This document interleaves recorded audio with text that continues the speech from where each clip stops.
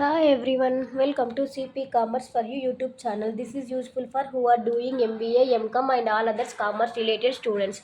Today we are discussing about the concept of leverages. It is in the financial decisions anamata. In the last class we are అంటే second unit we are discussing about investment decisions, right? In the third unit we have discussing about the financial decisions anamata. In the financial decisions mainly three topics అనేది we have to cover. First one వచ్చేసి leverages, second one capital structures, third one cost of capital అనమాట. So today we are discussing about the concepts of leverages. So what is concept of leverages? It means leverage is a techniques which is used by the financial manager to lift the probability of the business by using fixed cost and the fixed financial charges. అంటే ఏంటిదంటే ఇప్పుడు ఒక business అనేది run చేసినప్పుడు some times profits అనేవి వస్తాయి, some times losses అనేవి వస్తాయి. యాజ్ ఎ ఫినాన్షియల్ మేనేజర్గా ఇతని రెస్పాన్సిబిలిటీ అనమాట ప్రాఫిట్స్ వచ్చేలా బిజినెస్ని రన్ చేయడానికి. సమ్ టైమ్స్ ప్రాబబిలిటీ అనేది ఉంటుంది, సమ్ అన్సర్టైన్ సిచ్యువేషన్స్లో it occur some kind of losses, right?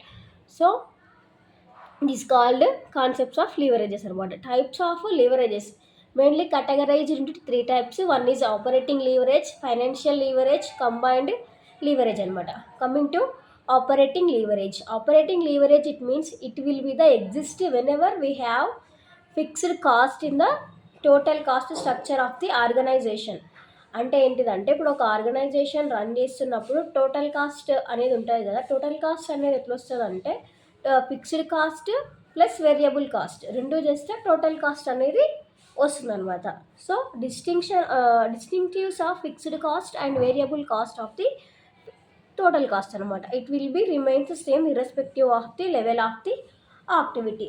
అంటే మన ఏమంటారు, టోటల్ ఫిక్స్డ్ యాక్టివిటీ అనేది మనకు ఆల్వేస్ సేమ్ ఉంటుంది అనమాట. వెదర్ ఇప్పుడు ఎలాంటి అనేది ఉండదు అనమాట. వెదర్ ఇప్పుడు సేల్స్ అనేవి మోర్ ఉన్నా లెస్ ఉన్నా కూడా activities is more or less, fixed cost అనేది సేమ్ ఉంటుంది అనమాట ఎలాంటి సిచ్యువేషన్లో అయినా. అందుకే కదా దాన్ని సేమ్ ఫిక్స్డ్ అంటారు.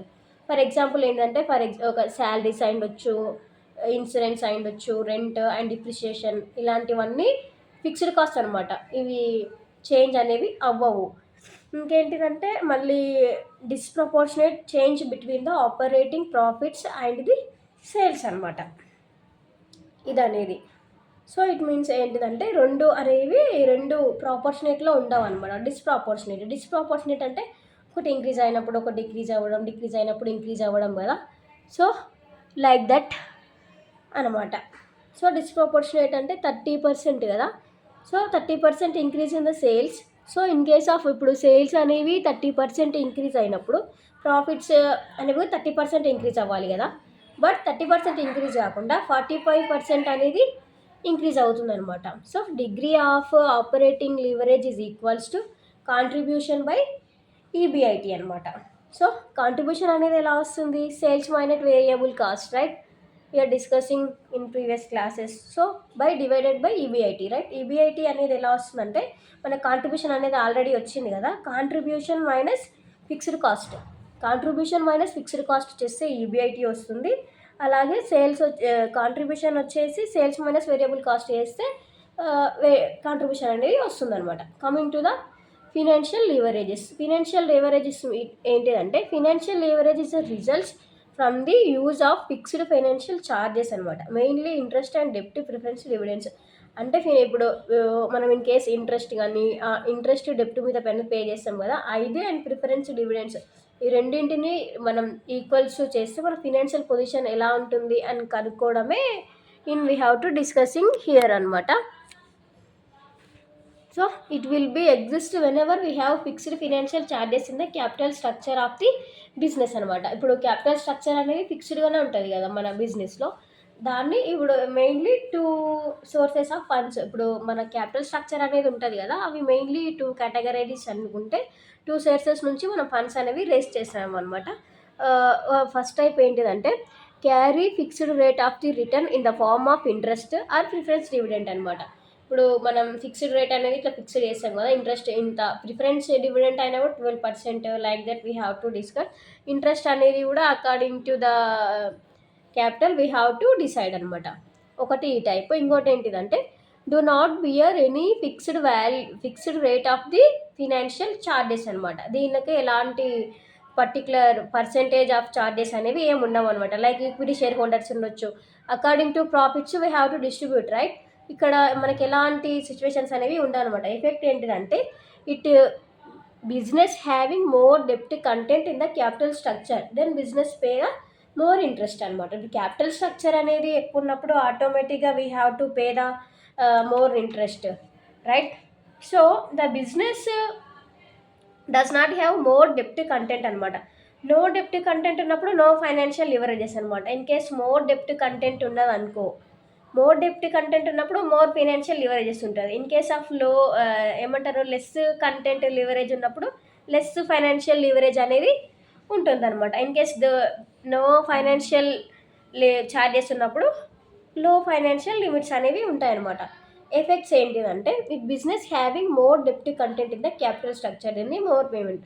So interest charges does not depend on the EBIT interest, it remains the fixed cost అనమాట. ఇంట్రెస్ట్ అనేది నార్మల్గా ఈబీఐటీ మీద డిపెండ్ అయితే ఏముండదు, obvious, right. So interest rate is remains fixed cost లాగా ఇది కూడా సేమ్ అనేది ఉంటుందన్నమాట. There is a disproportionate change between the EBIT and the PBT.